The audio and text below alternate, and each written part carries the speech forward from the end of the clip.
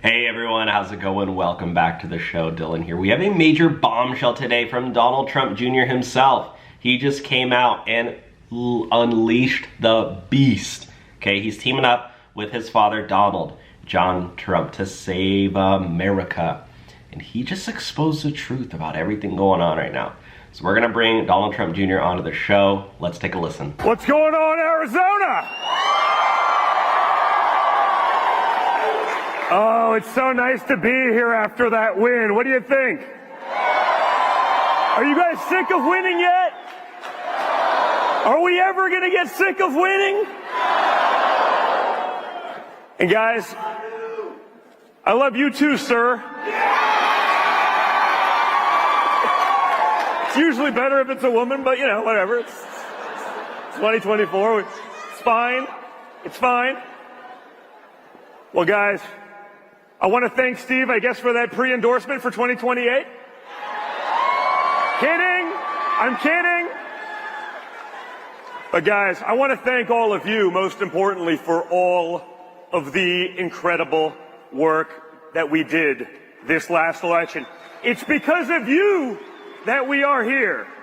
Because not only in the last few months did you all become the media, when we got actual free speech back with the help of Elon and X and Truth Social, when we actually had a chance to level the playing field, we took away the advantage that they'd been playing on us for so long. I love watching it right now. You're watching the leftist meltdown because for the first time in arguably generations, they actually have to compete on a level playing field. Their ideas have to actually make sense. And I know that's implausible. I know they're not used to it. But they're actually revolting and quitting the game because it's not just being handed to them anymore. We're actually fighting it back, and that's because of you guys.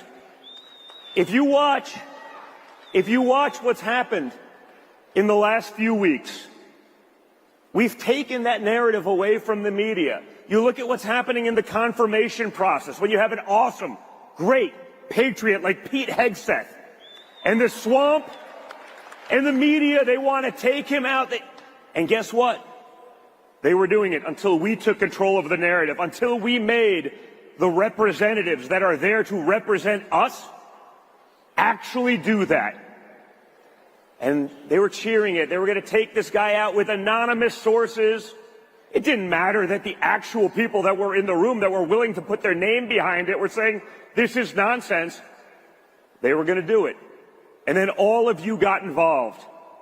And you held the swamp accountable. So not only in the last few weeks did you all become the media, but you also became the government because you're able to finally hold your representatives accountable. They can't get away with it anymore, folks. You saw that in the last 48 hours when they tried jamming a 1,500-page CR down your throats with more pork than a pig farm. And in a few minutes, almost everyone knew what was in it. Far more than Congress, you're able to pick out the parts were disastrous. You're able to pick out the fraud, the bribes, the bullshit. And you were able to talk about it. And it died like that. We need to keep that up. For far too long, people have been made to be afraid of their media, of their governments, of their representatives. That time is over. This election was a mandate against that insanity. We won resoundingly because Americans want common sense back. And it has not been common at all for far too long.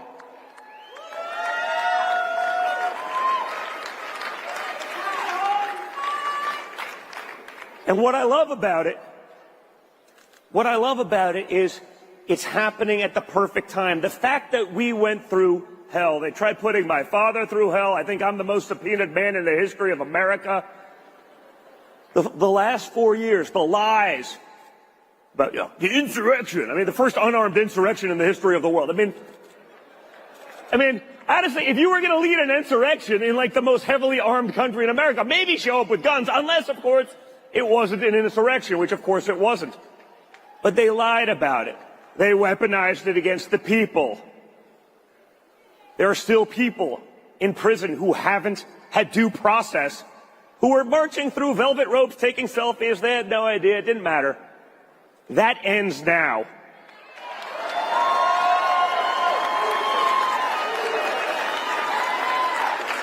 Now, while my father went through hell, and they tried taking away his business, and they tried bankrupting him, and they tried doing the same to myself and my brother, and when that didn't work, they tried jailing him, 750 years. Seems like a long time. My father is a young and vibrant 78, but I feel like 750 years and possibly the death penalty may be excessive. But I guess that's what they needed to do, and it's all collapsing because it was all built on a foundation of lies and garbage, and everyone now knows it. They weaponized every aspect of government, every position that they could possibly do, and they still failed. But what's good about the fact that while we may have won in 2020, we didn't assume office? We get to start with a clean slate, with the knowledge of who's real, with the knowledge of who's loyal, with the knowledge of who can actually fight and deliver. Had we just rolled over the 2016 to 2020 crowd, honestly, I don't know that it would have been a great presidency. I'd love to believe that we do some things. I think we did a great job with 16 to 20.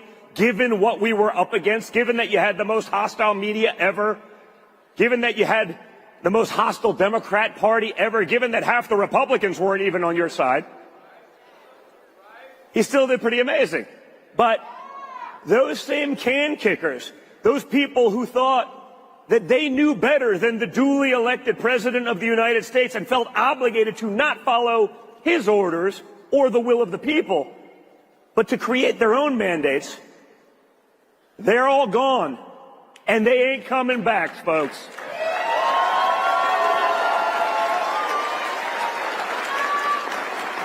I know that because I've been in the room.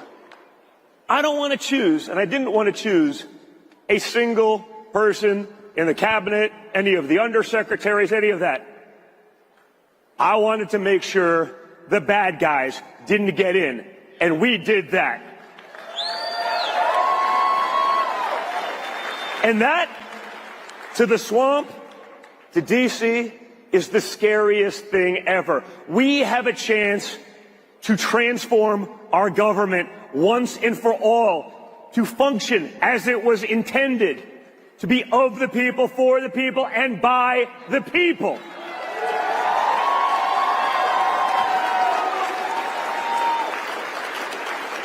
But the only way we do that is if all of you stay involved. You stay in the game. You fight, fight, fight.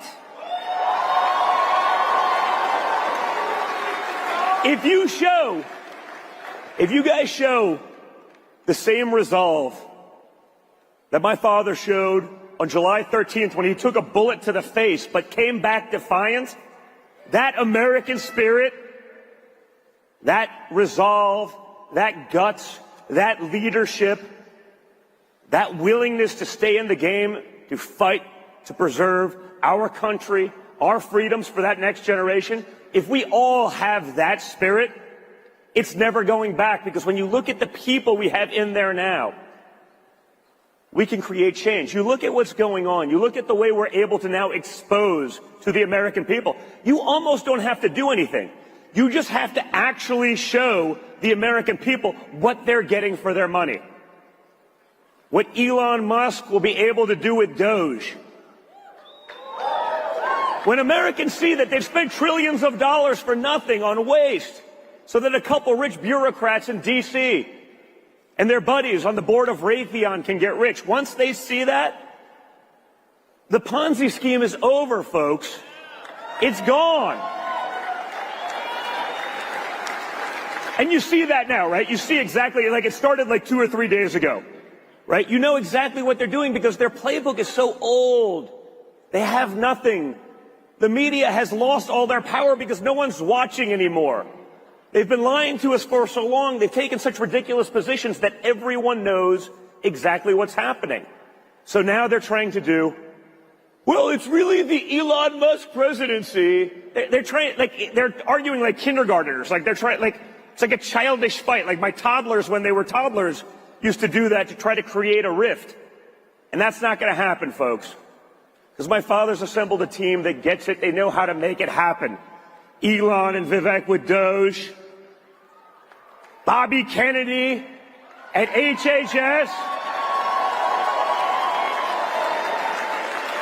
We got to fight hard for Tulsi at DNI because we need people that will handle and take on the intelligence communities. And we have to make sure that the weak, deep state, puppet Republicans who still seemingly work for the CIA, despite what the CIA has been trying to do to conservatives for the last 2 decades, hold them accountable.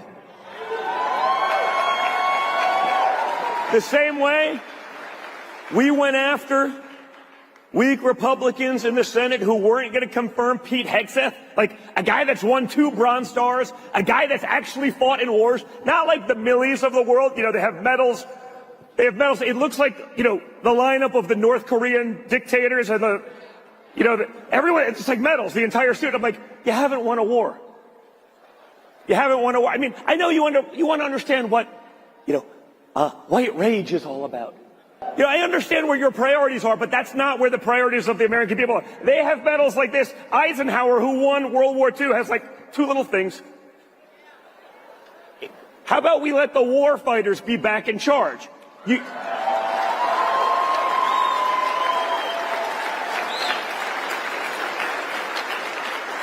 Seems pretty logical.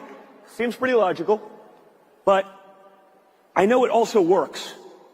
Because when my father let the war fighters be in charge the last time, he let the guys on the ground, the door kickers, take on ISIS. And what happened? They were able to. It's sort of nice. I got in trouble it was a couple years ago because I was talking about it. It may have been at Turning Point like a couple of years ago. And I was getting calls from buddies of mine that were in the SEAL teams that were like, hey dude, we're spending more time doing like DEI training than we are like shooting. And I'm like, seems like a bad thing to do. Like I want my like operators to be able to like operate. Let them kill bad guys. That's what, but no, we have to learn the 4,376 pronouns. We have to see how that applies in war and in combat. And people literally went nuts. Like the media was like, that didn't happen. It's not happening. And like 12 buddies that were SEALs like literally came out. We're like, no, it actually is happening and it's a problem. We know this works because of course it works. It's the most plausible answer to everything. So we're going to do that and we're going to fix it. Then we're going to hold them accountable on the budget side so that we're not mortgaging all of you young guys in this room and all of you young ladies in this room. Your future isn't going to go down the tubes so that a couple of guys in D.C. can get rich.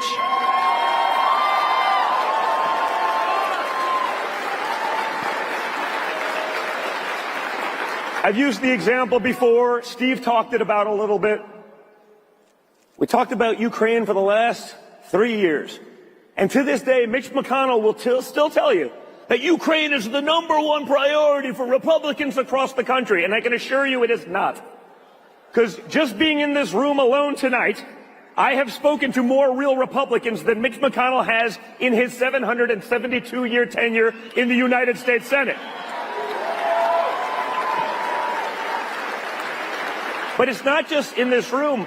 For the last 3 years, since the war started, I have spoken in front of over 150,000 people not a huge room like this. Sometimes it's 300 people here, 700 people there, 5,000 people there. I have asked the question, is it a top 3 or top 10 issue in every one of those speeches I've given to every person in that room. And out of 150,000 people over 2.5, 3 years, exactly 4 people raised their hands that it was a top 10, possibly top 10 issue for them. No one was top 3. First gentleman, sir, it's top 10 issue what? Well, I am from the Kiev, Ukraine. I was like, okay, fine, I'm going to give you a pass. Next guy misunderstood the question. He thought it was a double negative, so he was actually on our side. Next guy worked at Raytheon. So I was like, okay, well, that's job security, of course. And the other guy was like, well, I worked there for like 15 years, so I'm like a 10.5. So basically zero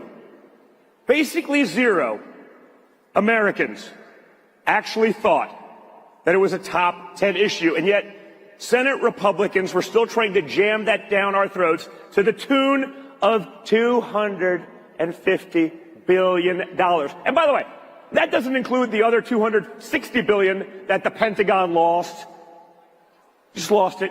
The same people, the same government that will audit you for a $601 Venmo account transfer can magically lose $250 billion. It's like, no problem. Right? The Pentagon will fail 7 audits. Doesn't matter. That ends. That ends now.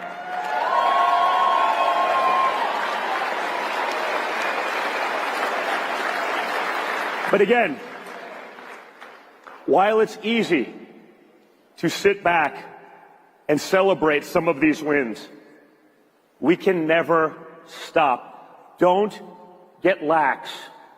Don't let these little wins think that it's over. It's never over. They're not going away.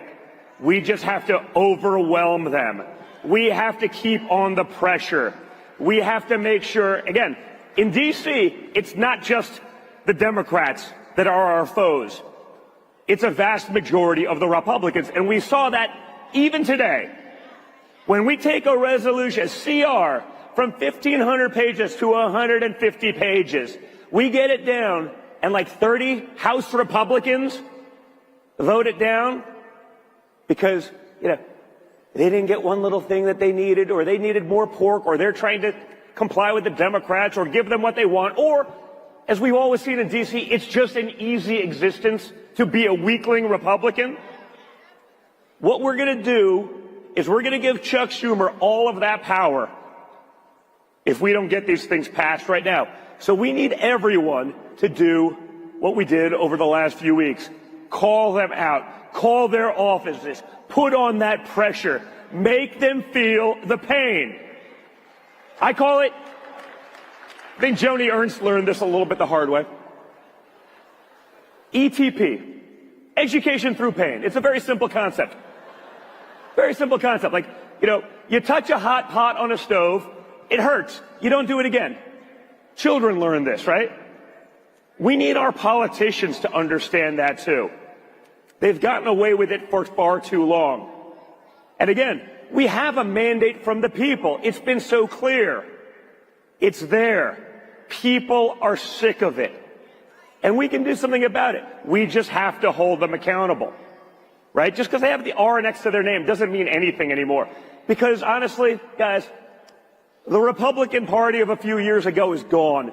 This is now the America First Party. Donald Trump is in charge. And now, for the first time in a long time, we actually have a bench of people that can carry that torch for years. It's why I fought so hard for J.D. Vance. How awesome has he been?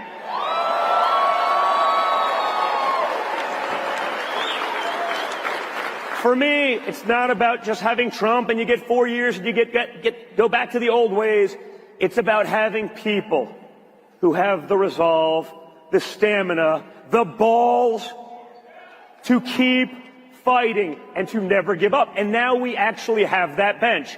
Now we have an America First Party that can go decades. We have to keep that going. And what's great, the best part of all of it, guys, is the Democrats don't get why they lost yet. They don't understand. It's amazing. I'm looking at the polls. Kamala Harris is leading in 2028. Please, God, make this happen.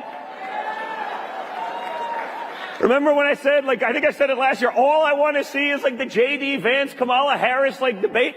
We could maybe have it happen. It was just going to be for VP and VP. But after the coup, she took over. Shockingly, she wasn't the greatest candidate ever, despite what the media tried to say about her in a couple of weeks. But the Democrats are literally out there on TV celebrating. Who cares if you can't afford your groceries? They don't get it. Their disdain for you, for hardworking Americans, is so palpable. The things they have said, the things they have done, the things that had you done, they'd be trying to throw you in the gulags for. Wow, what an amazing, amazing speech from Donald Trump Jr. This guy's awesome. Let me know your thoughts down below.